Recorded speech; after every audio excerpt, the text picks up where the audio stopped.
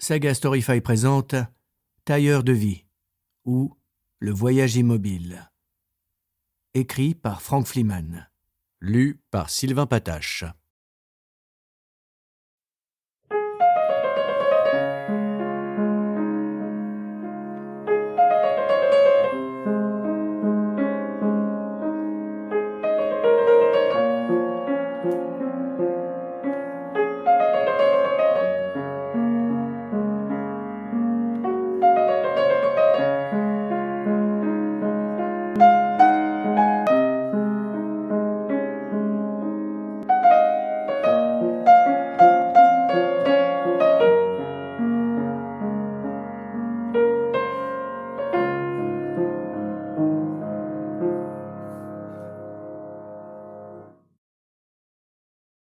Chapitre 1. L'album photo. On sonna à la porte. Elle courut ouvrir. « Madame le chat ?» Un homme entre deux âges était planté devant elle, droit comme un I majuscule. Elle resta sans voix. « Vous êtes Madame le chat ?» répéta l'homme, sans s'émouvoir de l'effet que sa vue produisait généralement sur son interlocuteur. Celle-ci finit par dodeliner de la tête et, d'une petite voix timide, susurra, comme si elle eût craint de se faire remarquer du voisinage. « Oui, je suis Sophie le chat. C'est pourquoi ?»« Puis-je entrer ?» éludant la question, tout en lui tendant sa carte aux couleurs du bandeau tricolore. Le premier mouvement de Sophie le chat fut de claquer la porte au nez de celui qu'elle prit pour un policier.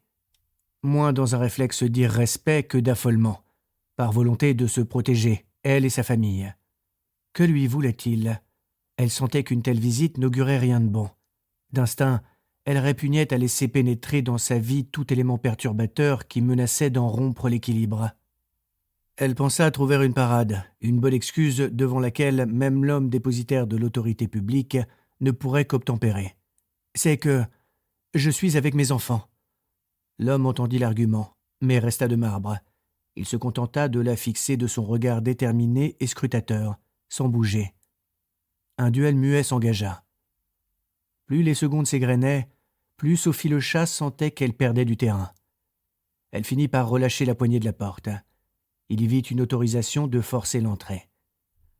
Sophie le chat entraîna par défaut l'homme dans le coin le plus reculé et partant le plus discret de la maison, à savoir son bureau, où ses enfants et son mari avaient interdiction d'entrer, sauf autorisation expresse. Son bureau était sa loge, conservée de ses anciennes amours, comme on verra plus loin, et parce qu'elle avait parfois besoin de se retirer dans un coffre où elle avait la paix. Elle lui offrit de s'asseoir en vis-à-vis dans le petit salon qu'elle avait aménagé au milieu de la pièce, constitué de 2 fauteuils bas séparés par une tablette. Il pensa le moment venu de combler les lacunes de sa présentation dans ce décor un peu spartiate, avant que ses jambes ne se replient complètement sous son menton. « Je m'appelle Duverneuil. Je mène une enquête sur un dénommé Alain Proust. » À la prononciation de ce nom, il épia la réaction de Madame le chat, qui ne trahit aucune émotion. Il lui demanda pour la forme « Ce nom ne vous dit rien ?» Elle se montra étonnée de la question. « Pourquoi je devrais ?» Duverneuil prit une respiration.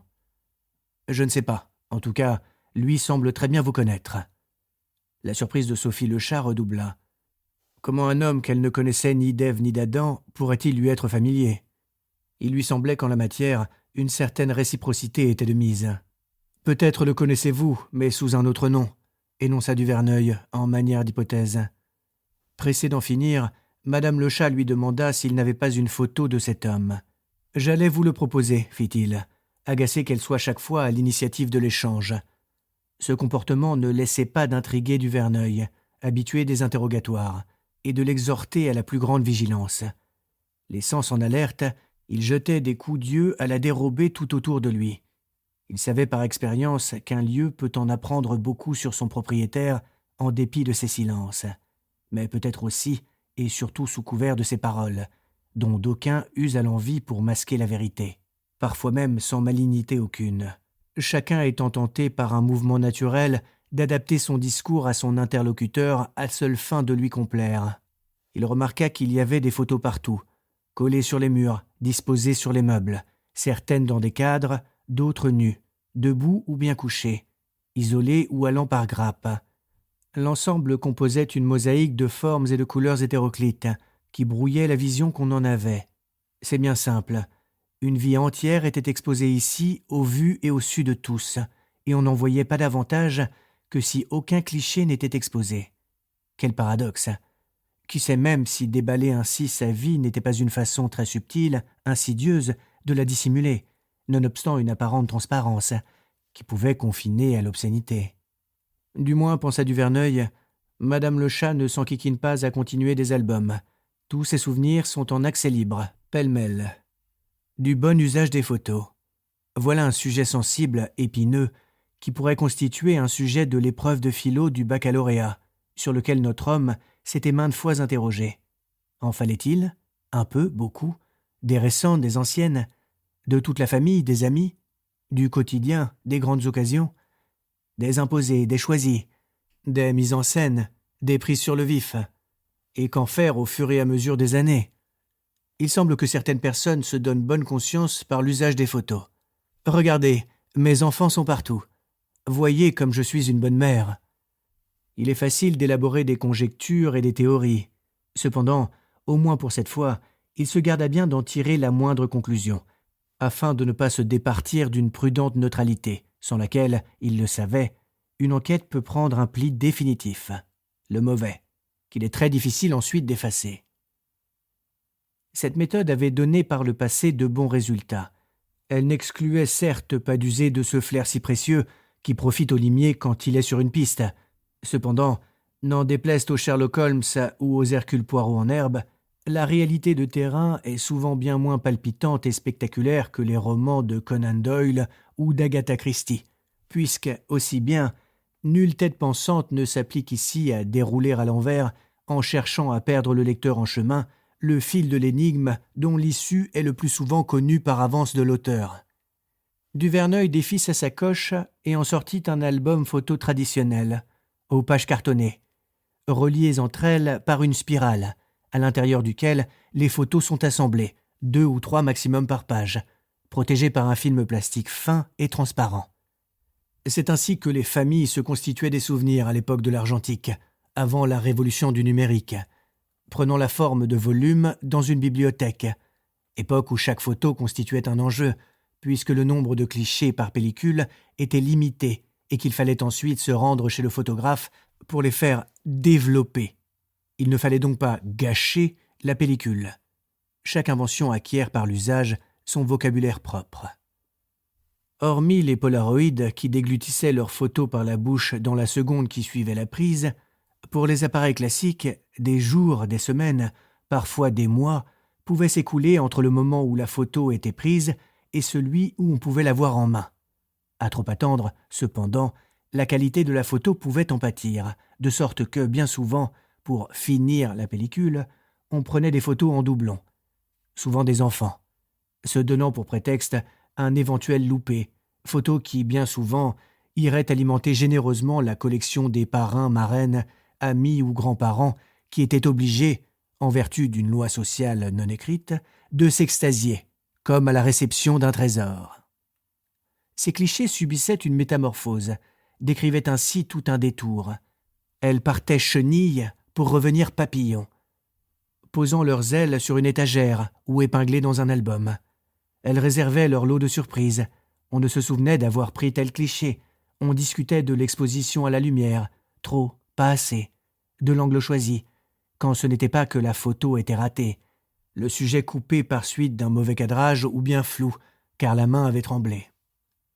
Il était évidemment trop tard pour la refaire. Il n'y avait pas de seconde chance.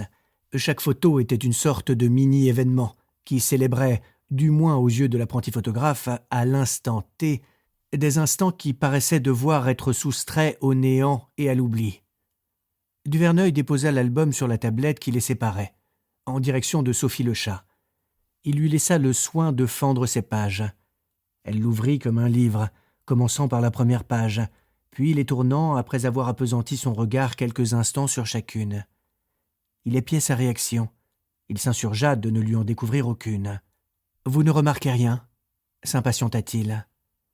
Elle fit le geste de repousser l'album d'un air presque dégoûté, manifestant sa gêne de pénétrer dans l'intimité d'inconnus. Qui aurait-il à remarquer ?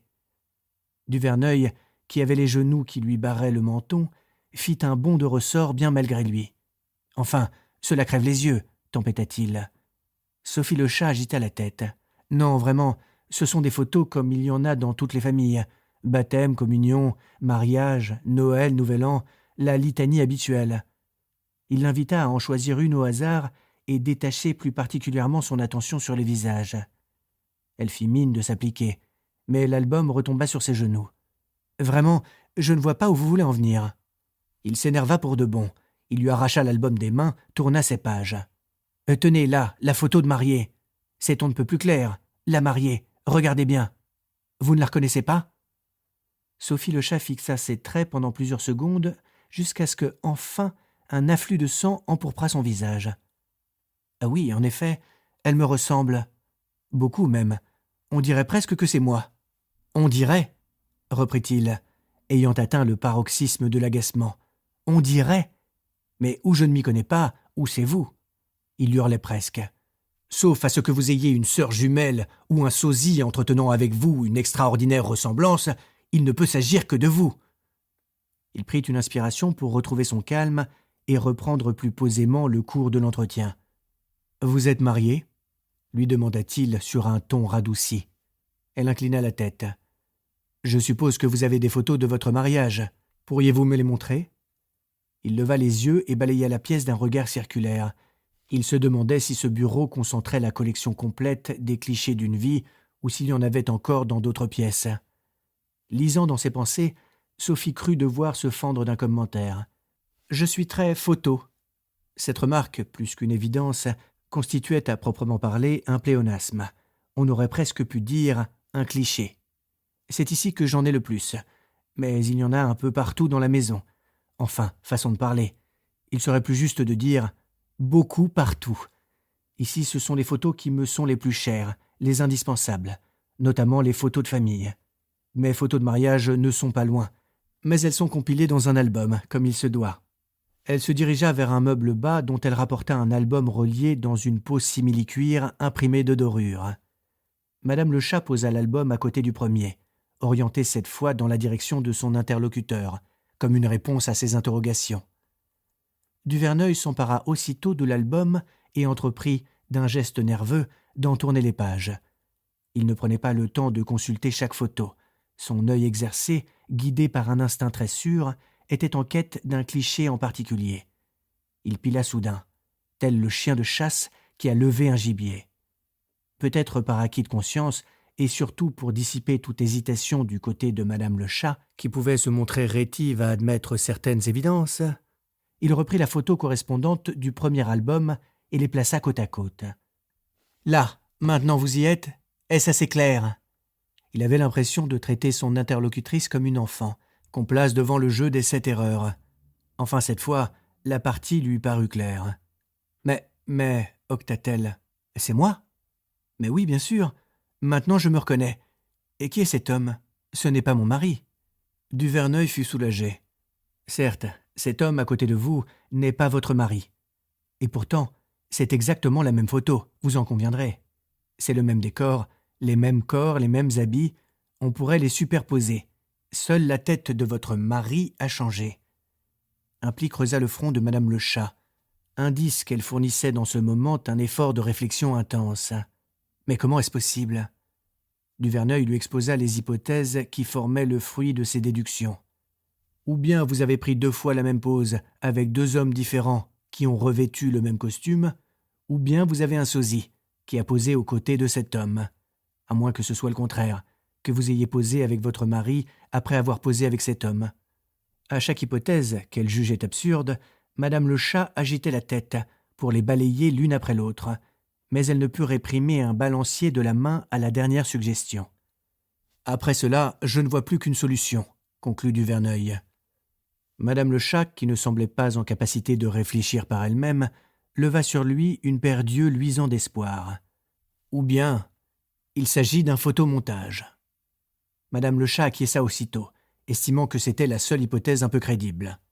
D'ailleurs, reprit-il, nous avons étudié cette photo-là en particulier, mais toutes les photos obéissent au même procédé. La seule différence notable qui existait entre les deux albums concernait l'ordre dans lequel étaient classées les photos. Et il en était certaine qui n'avaient pas leurs jumelles dans l'un ou l'autre album.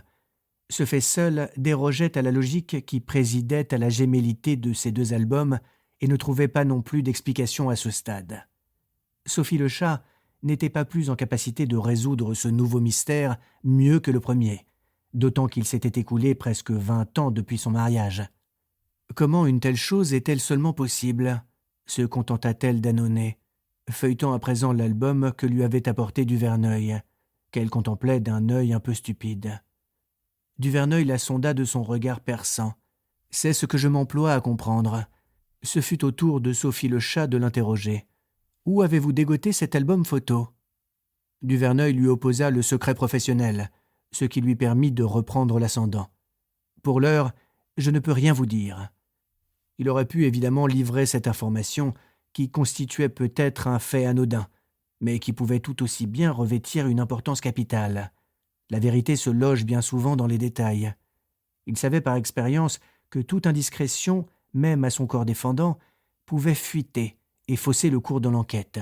Aussi, s'était-il fait une habitude de ne révéler à chaque étape et selon son interlocuteur que le strict nécessaire. Il était partisan, en la matière, d'une économie rigoureuse. Madame le chat, qui se montrait décidément perspicace, insista pour savoir si elle était seule concernée ou s'il y avait d'autres femmes dans le même cas, soit avec le même homme, soit avec un autre homme. Duverneuil lui répondit en toute bonne foi qu'il l'ignorait. C'était le seul album entré en sa possession. Avant qu'elle ne lui pose d'autres questions, celui-ci se redressa sur ses jambes. Il partait de si bas qu'il lui sembla faire soudain une pousse de géant. Nous espérons que vous avez apprécié cet aperçu. Pour continuer à écouter ce livre audio sur Google Play Livres, utilisez le lien dans la description de la vidéo.